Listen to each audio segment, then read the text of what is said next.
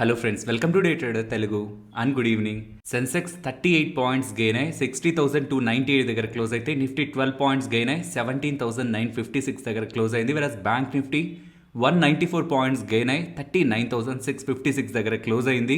ఇవాళ మార్కెట్ ఒక price action first half నుంచి కొంత స్లైడ్ అవుతూ డౌన్ సైడ్కి వస్తుండేసరికి ఇవాళ సెషన్ లోనే ఒక మంచి కరెక్షన్ ఉంటుందేమో అని ఎక్స్పెక్ట్ చేసిన బయర్స్ అయితే డిసప్పాయింట్ అయ్యారు. ఎగ్జాక్ట్లీ ఇంపార్టెంట్ లెవెల్స్ దగ్గర సపోర్ట్స్ దగ్గర మార్కెట్ సపోర్ట్ తీసుకుంటూ 17,850 దగ్గర నుంచి మార్కెట్ వన్ డైరెక్షనల్ గా నియర్ టు 110 పాయింట్స్ దగ్గరగా అప్ సైడ్ కి మూవ్ అయ్యి 17,950 అబోవ్ అయితే క్లోజ్ అవుతుంది. అండ్ ఈ రీసెంట్ డేస్ లో అనుకుంటున్నట్టు ఇంత పెరిగాక కొంత కరెక్షన్ ఉండాలి కదా, మార్కెట్ ఇలా ఎలా వెళ్ళిపోతుంది అనే ఒక క్వశ్చన్ మార్క్స్ ప్రతి ఒక్కరికి ఉంటాయి. ఇన్ఫాక్ట్ బులిష్ గా ఉంటున్న వాళ్ళకి కూడా ఉంటాయి. కానీ పాయింట్ అంతా మనకు ఆ వీక్నెస్ ప్రైస్ లో కనిపించింది, మనకి మనంగా అజ్యూమ్ చేసుకొని ఇక్కడ నుంచి ఫాలో అవుతుందని కానీ మనం అనుకుంటే అలా చాలా దగ్గరలో అనుకోండొచ్చు. డౌన్ సైడ్ కూడా 16,500, 17,000, 17,500 అండ్ ఇప్పుడు 18,000 దగ్గర ఇలా ప్రతి ఒక్క దగ్గర కూడా మైండ్ ఇంకా వెళ్ళదు, ఇక్కడ నుంచి పడుతుందని ఒక వ్యూ ఫార్మ్ చేస్తూ ఉంటుంది. బట్ మళ్ళీ చెప్తున్నాను, ప్రైస్ లో అది రిఫ్లెక్ట్ అవ్వకుండా ప్రియర్ గా మనమే ఊహించుకొని డెసిషన్స్ తీసుకోకూడదు.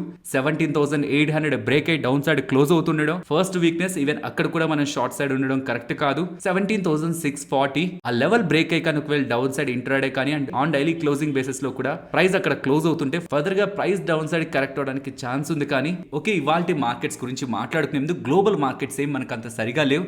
యుఎస్ మార్కెట్స్ కానీ in fact Asian markets, overall global markets మన మార్కెట్ ఓపెన్ అయ్యే పాయింట్ కి నెగిటివ్ లోనే ఉన్నాయి. దీనికి రీజన్ ఫెడ్ మినిట్స్ ఒక అవుట్కమ్, వాళ్ళ నెంబర్ 1 ఎనిమీ ఇన్ఫ్లేషన్ అనేలా.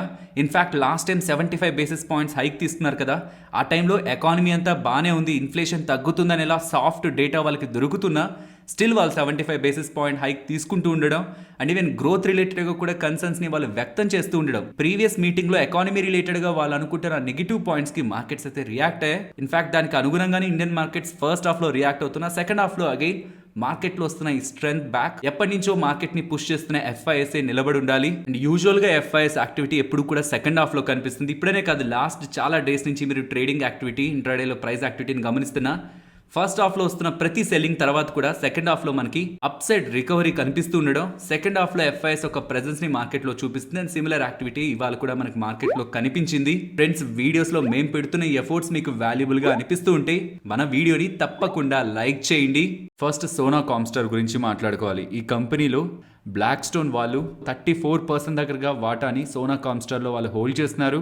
అలా వాళ్ళు హోల్డ్ చేసిన దాంట్లోంచి 13.6% దగ్గరగా వాటాని ఇవాళ ఇంట్రాడే సెషన్స్ లో బ్లాక్ డీల్స్ లో సెల్ చేస్తుండడం అండ్ ఈవెన్ ఆ బ్లాక్ డీల్స్ లో కూడా వాళ్ళు ఎంచుకున్న floor price 500 rupees per share. Previous day closing నుంచి అది 7% డిస్కౌంట్ లో ఉండేసరికి ఇంట్రాడే ఓపెనింగ్ సెషన్ లో మనకి సెల్లింగ్ ప్రెషర్ స్టాక్ లో అయితే కనిపించింది.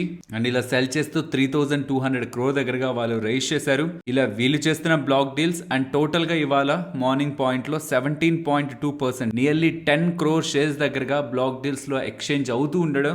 ఇలా ఇంట్రాడేలో multiple block deals and shares ఒక హై సప్లై కారణంగా ఇంట్రాడేలో ఇలా సెల్లింగ్ ప్రెషర్ అయితే కనిపించింది. నెక్స్ట్ విప్రో గురించి మాట్లాడుకోవాలి. ఇది కేవలం విప్రో రిలేటెడ్ గానే వస్తున్న స్పెక్యులేషన్, ఇతర ఐటీ కంపెనీస్ రిలేటెడ్ గా కాదు. విప్రోలో ఉంటున్న mid level and senior level employees కి వేరియబుల్ పేమెంట్స్ ని కొంతవరకు విప్రో ఆపుతూ ఉందని అండ్ ఈవెన్ అసోసియేట్స్ కూడా 70% ఆఫ్ వేరియబుల్ పేమెంట్ ని పే చేయాలనేలా విప్రో వాళ్ళు ఆలోచిస్తున్నట్లయితే స్పెక్యులేషన్ అయితే స్టార్ట్ అయింది. అండ్ దీని రిలేటెడ్ గా విప్రో వాళ్ళు స్పందిస్తూ సాలరీ హైక్ ప్లాన్స్ రిలేటెడ్ గా ఎటువంటి చేంజెస్ లేవు, అది September 1st నుంచి హైక్ ఉంటుందని అప్డేట్ చేశారు. బట్ వేరియబుల్ పేమెంట్స్ రిలేటెడ్ గా ఒక క్లారిఫికేషన్ ఇవ్వలేదు. ఈ ఐటీ స్టాక్స్ పోస్ట్ చేసిన నెంబర్స్ లో అట్రిషన్ అనేది హై లెవెల్స్ లో ఉంది. ఇఫ్ ఇన్ కేస్ ఇది ఓన్లీ విప్రో ప్రాబ్లమే అయితే ఈ వేరియబుల్ పే రిలేటెడ్ గా ఇలాంటి డెసిషన్స్ విప్రో వాళ్ళు మాత్రమే తీసుకుంటుంటే ఫర్దర్ గా కూడా అట్రిషన్ విప్రోలో పెరగడానికి ఛాన్సెస్ ఉంటుంది. కాబట్టి ఇవాళ ఐటీ స్టాక్స్ అండ్ పర్టికులర్లీ విప్రోలో ఇంట్రాడే సెషన్స్ లో సెల్లింగ్ ప్రెషర్ అయితే కనిపిస్తుంది. నెక్స్ట్ ఫార్మా స్టాక్స్ గురించి మాట్లాడుకోవాలి. ఇవాళ ఇంట్రాడే సెషన్ లో మీరు most of the pharma stock like Sun Pharma కానీ, డాక్టర్ రెడ్డిస్ కానీ, సిప్లా స్టాక్స్ కానీ ఇంట్రాడే సెషన్స్ లో ఒక పాయింట్ లో ఫాల్ అయ్యాయి అండ్ అగైన్ ఇంట్రాడేలోనే రికవర్ అయ్యాయి. కానీ దీనికి ప్యారలల్ గా గ్లోబల్ గా ఉన్న ఫార్మా స్టాక్స్ లైక్ తెవా కానీ, పెరిగో కానీ, టారో కానీ 4 to 9% దగ్గరగా ప్రీవియస్ ట్రేడింగ్ సెషన్ లో ఫాల్ అయ్యాయి. మన Indian pharma companies and even global pharma companies related గా ఒక ఇంపార్టెంట్ అప్డేట్ అయితే మనకు కనిపిస్తుంది. 2020లో రానిటిడిన్ డ్రగ్, మేబీ ఇది ఐడియా లేకపోతున్నా జాంటాక్ అనే నేమ్ మీకు ఐడియా ఉందా? Antacid drug. ఆ డ్రగ్ రిలేటెడ్ గా అండ్ ఆ డ్రగ్ రిలేటెడ్ గా బిజినెస్ చేస్తున్న వాటిపై యుఎస్ ఎఫ్డిఏ వాళ్ళు ఇన్వెస్టిగేషన్ అయితే స్టార్ట్ చేశారు. అండ్ ఇలా అప్డేట్స్ బయటకి ఎప్పుడైతే వచ్చాయో రానిటిడిన్ లో ఈ NDMA అనే క్యాన్సర్ కాసింగ్ ఏజెంట్ ఉంది అని. దెన్ యుఎస్ ఒక కోర్టులో వేరియస్ లా సూట్స్ ఫైల్ అయ్యాయి రానిటిడిన్ కి అగేనిస్ట్ గా. నియర్ టు 2000 లా సూట్స్ దగ్గరగా ఫైల్ అయ్యాయి. అందులో one of the law suit 79 years old అతను వేస్తున్నది. ఇక్కడ నుంచి కొంత టైం బ్యాక్ రానిటిడిన్ డ్రగ్ ని యాంటాసిడ్ ని కొనుక్కొని తను యూజ్ చేయడం కారణంగానే తనకి ఈసోఫాగల్ క్యాన్సర్ వచ్చిందని ఇండియన్ అలాగే యుఎస్ ఫార్మా కంపెనీస్ కి అగేనిస్ట్ గా కేసు వేశారు. అండ్ ఆ కేస్ ని US and Indian pharma companies కలిసి $5 lakh దగ్గరగా తనకి కంపెన్సేషన్ ని పే చేసి నియర్ టు $500,000 పే చేసి కేస్ ని సెటిల్ చేసుకున్నారు. ఇలా ఒకరికే $500,000 $5 lakh దగ్గరగా పే చేస్తే 2000 లా సూట్స్ ఉన్నాయి. వాటన్నిటికీ సిమిలర్ సెటిల్మెంట్ ఉంటుంది అనుకున్నా. నియర్ టు $1 billion దగ్గరగా సెటిల్మెంట్ ఫీనే ఈ Indian and US pharma companies pay చేయాల్సి వస్తుందన్న ఒక క్వశ్చన్ మార్క్స్ నిన్న యుఎస్ ఫార్మా కంపెనీస్ని అండ్ ఇవాళ ఇండియన్ ఫార్మాస్యూటికల్ కంపెనీస్ని నెగిటివ్గా అయితే ఇంపాక్ట్ చేసింది. బట్ ఇంట్రాడేలోనే మన ఫార్మా కంపెనీస్ అన్ని కూడా రికవర్ అయ్యాయి. బట్ ఈ రానిటిడిన్ డ్రగ్ రిలేటెడ్గా యూఎస్లో మూవ్ అవుతున్న స్టెప్స్ని కూడా మనం క్లోజ్గా అబ్జర్వ్ చేయాలి. దీంతో పాటు యుఎస్ ప్రెసిడెంట్ జో బైడెన్ గారు యుఎస్లో ఉంటున్న ప్రిస్క్రిప్షన్ డ్రగ్ ప్రైజెస్ని కూడా తగ్గించడానికి చట్టాలని కూడా తీసుకురావాలని చూస్తున్నారు. వాటిపైన సైన్ చేస్తారని వస్తున్న అప్డేట్స్ కూడా ఫార్మా స్టాక్స్ యొక్క అన్సర్టనిటీకి రీజన్లు అయితే కనిపిస్తుంది. నెక్స్ట్ ఐఎక్స్ గురించి మాట్లాడుకోవాలి. ఐఎక్స్ రిలేటెడ్ ఒక బిగ్ నెగిటివ్ అప్డేట్ అయితే మార్కెట్లో ఫ్లో అయింది. ఆ నెగిటివ్ అప్డేట్ ఏంటి అండ్ ఆ నెగిటివ్ అప్డేట్ రిలేటెడ్గా కాన్సిక్వెన్సెస్ ఐఎక్స్ని ఎలా ఇంపాక్ట్ చేస్తా అనేది మాట్లాడుకునే ప్రయత్నం చేద్దాం. ప్రెసెంట్ గవర్నమెంట్ ఆఫ్ ఇండియా తీసుకొస్తున్న న్యూ ఎల్పిఎస్ రూల్స్ ప్రకారం, లేట్ పేమెంట్ సర్చార్జ్ రూల్స్ ప్రకారం ఏ స్టేట్ గవర్నమెంట్స్ అయితే పవర్ జనరేషన్ కంపెనీస్ దగ్గర నుంచి పవర్ తీసుకొని వాళ్ళకి సకాలంలో చేయాల్సిన పేమెంట్స్ని చేయకుండా ఉంటాయో ఆ పర్టికులర్ స్టేట్స్ని ఫర్దర్గా పవర్ కొనుక్కునే విధంగా పవర్ ట్రేడింగ్ ప్లాట్ఫామ్స్లో, పవర్ ఎక్స్చేంజెస్లో పవర్ని బై చేసే ఒక ఫెసిలిటీని ఆ పర్టికులర్ స్టేట్స్కి డినై చేస్తున్నట్టు. మీన్స్ ఏ స్టేట్స్ అయితే ఈ పవర్ జనరేషన్ చేస్తున్న కంపెనీస్కి పేమెంట్స్ చేయలేదో వాళ్ళు పవర్ ఎక్స్చేంజింగ్ ప్లాట్ఫామ్స్ లైక్ హెచ్పిఎక్స్ కానీ ఐఎక్స్ కానీ వాటిలో పార్టిసిపేట్ చేసి పవర్ని కొనకూడదు అనేలా గవర్నమెంట్ ఆఫ్ ఇండియా తీసుకొస్తున్న న్యూ రూల్స్లో భాగంగా వస్తూ ఉండేసరికి నియర్ టు 13 స్టేట్స్ దగ్గరగా ఈ ఎల్పిఎస్ రూల్స్లో భాగంగా ఇంపాక్ట్ అవుతాయి. అందులో 6 to 7 స్టేట్స్ దగ్గరగా పవర్ ఎక్స్చేంజెస్ లో యాక్టివ్ గా ట్రేడ్ చేసే స్టేట్స్ లా కనిపిస్తూ ఉండడం. ఇఫ్ ఈ రూల్స్ కరెక్ట్ ఆ 13 స్టేట్స్ ని కొంత టైం వరకు అవాయిడ్ చేస్తే అందులో ఉన్న 6 to 7 స్టేట్స్ ఇప్పటి వరకు ఐఎక్స్ లో 40 to 50% దగ్గరగా వాల్యూమ్స్ ని కాంట్రిబ్యూట్ చేస్తున్నాయి. కాబట్టి ఇలా తీసుకొస్తున్న న్యూ రూల్స్ కారణంగా ఐఎక్స్ లో ఇది అప్లై అవుతున్నది August 19th నుంచి అంటున్నారు. కాబట్టి ఫ్యూ డేస్ బిఫోర్ తో కంపేర్ చేస్తూ నెక్స్ట్ కమింగ్ డేస్ తో కంపేర్ చేస్తే వాల్యూమ్స్ లోనే 50% డ్రాప్ ఉంటుందని మార్కెట్ లో ఫ్లో అవుతున్న అప్డేట్స్ స్టాక్ ఇంట్రాడే సెషన్స్ లో నియర్ టు 6% ఫాల్ కి రీజన్ అయ్యాయి. బట్ దీని రిలేటెడ్ గా ఫర్దర్ గా ఇంకొక లేయర్ ఆఫ్ అనాలిసిస్ మనం చేయాల్సి ఉంటుంది. ఇక్కడ గవర్నమెంట్ బ్యాన్ చేస్తున్నది ఒక పర్టికులర్ ప్రైవేట్ కంపెనీస్నో లేకపోతే ఒక చిన్న చిన్న కంపెనీస్నో కాదు, స్టేట్స్ని. So at any time states ఖచ్చితంగా పవర్ని కొనుక్కోవాలి. మీరు సరిగా పేమెంట్ చేయట్లేదు, పేమెంట్ చేసేంత వరకు మీరు పవర్ ఎక్స్చేంజెస్లో పార్టిసిపేట్ చేసి పవర్ని కొనుక్కోవద్దు అని గవర్నమెంట్ ఆఫ్ ఇండియా చెప్తే దెన్ ఆ స్టేట్స్ ఏదో రకంగా వాళ్ళు చేయాల్సిన పేమెంట్స్ని, బకాయిల్ని తిరిగి పే చేస్తాయి. కానీ పవర్ లేకుండా అయితే ఆ స్టేట్స్ ఉండాలని ప్రయత్నించావు. కాబట్టి ఎట్ ఎనీ పాయింట్ ఇప్పుడు ఏవేవైతే దీంట్లో ఇంపాక్ట్ అయి పవర్ని కొనుక్కోలేని పరిస్థితికి వెళ్తాయో ఆ స్టేట్స్ ఆ బకాయిల్ని చెల్లించి అగైన్ పవర్ని కొనుక్కునే విధంగా ఎక్స్చేంజెస్లో ట్రేడ్స్కి వెళ్తాయని మార్కెట్ భావించి అలా వెళ్ళిన -6% నుంచి రికవర్ అవుతూ 3% నెగిటివ్ అయితే క్లోజ్ అయింది. Overall impact is negative, IEX కి ఇది నెగిటివ్ గానే ఇంపాక్ట్ చేస్తుంది. But in reality a state కూడా పవర్ని ట్రేడ్ చేసుకోకుండా ఇంకా పవర్ వద్దు అనుకునే పరిస్థితిలో ఉండదు. కాబట్టి ఇది అట్ సమ్ పాయింట్ రిజాల్వ్ అవ్వడానికి ఛాన్సెస్ అయితే ఉన్నాయి. బట్ ఎవరైనా కొత్తగా యాడ్ చేయాలనుకుంటుంటే ఐఎక్స్లో ఇది క్లారిటీ వచ్చాక, ఇది కంప్లీట్గా రిజాల్వ్ అయ్యాక ఈ స్టేట్స్ అన్ని తిరిగి పే చేశాయి, అగైన్ వాళ్ళు పవర్ ట్రేడింగ్లో పాల్గొంటున్నారు అని వస్తున్న అప్డేట్ తర్వాతే మీరు నెక్స్ట్ కాల్ తీసుకోవడానికి ప్రయత్నించవచ్చు. నెక్స్ట్ ఐఆర్సిటీసీ రిలేటెడ్గా ఒక బిగ్ అప్డేట్ అయితే కనిపిస్తుంది. ఐఆర్సిటీసీలో ఎవరైతే టికెట్స్ని బుక్ చేసుకుంటున్నారో ఆ ప్యాసింజర్ డేటాని కూడా ఐఆర్సిటీసీ వాళ్ళు మానిటైజ్ చేసుకోవడానికి ప్రయత్నిస్తారనేలా డేటా అయితే మనకి సర్క్యులేట్ అవుతుంది. సో యూజువల్గా టెక్ ప్లాట్ఫామ్స్ అన్ని కూడా డేటాని మానిటైజ్ చేస్తూ ఉంటాయి. But as a public sector undertaking company IRCTC వాళ్ళు కూడా టికెట్ బుక్ చేస్తున్న వాళ్ళ డేటాని మానిటైజ్ చేస్తారు. వాళ్ళ డేటాని నీడెడ్ అనుకున్న వాళ్ళకి యాజ్ ఎ బిజినెస్ ప్రాక్టీస్ గా సెల్ చేస్తారని వస్తున్న అప్డేట్ తో ఇది ఒక బిగ్ వేలో ప్రాఫిట్స్ ని జనరేట్ చేస్తుంది. కాబట్టి బికాస్ దీని కారణంగా వీళ్ళు స్పెండ్ చేసేది ఏం లేదు, ఎక్స్పెన్సెస్ ఏం లేవు. బట్ వీళ్ళు ఇలా షేర్ చేసే డేటాకి వీళ్ళకి వచ్చే మనీ అంతా కంప్లీట్గా వీళ్ళ ప్రాఫిటబిలిటీలోకి వెళ్తుంది. కాబట్టి ఇలా వచ్చిన ఈ అప్డేట్ తర్వాత స్టాక్లో వన్ డైరెక్షనల్గా మనకి మూవ్ కనిపించింది. అండ్ ఇలా ట్రావెల్ చేయాలనుకుంటున్న యూజర్స్ ఒక డేటాని మానిటైజ్ చేయాలనుకుంటూ ఉండడం ఒక అప్డేట్ అయితే అండ్ దానికి అడిషన్ గా గ్రాడ్యువల్ గా 300 టికెట్ బుకింగ్ కౌంటర్స్ ని కూడా రైల్వేస్ వాళ్ళు క్లోజ్ చేయాలనుకుంటున్నారు. మీన్స్ ఇండైరెక్ట్ గా ఆన్లైన్ లోనే టికెట్ ని బుక్ చేసుకునే విధంగా రైల్వేస్ వాళ్ళు ప్రమోట్ చేయాలనుకుంటున్నారు. ఇది కూడా ఐఆర్సిటీసీకి పాజిటివ్ అనేలా ఒక టైంలో అప్డేట్ వచ్చింది. బట్ లేటర్ రైల్వేస్ దగ్గర నుంచి వస్తున్న అఫీషియల్ కమ్యూనికేషన్ ప్రకారం అలా టికెట్ కౌంటర్స్ ని మేమేం క్లోజ్ చేయాలనుకోవట్లేదు. టికెట్ కౌంటర్స్ రిలేటెడ్ గా వచ్చింది మాత్రం స్పెక్యులేషన్ అనేలా రైల్వేస్ అఫీషియల్స్ అయితే రిప్లై ఇచ్చారు.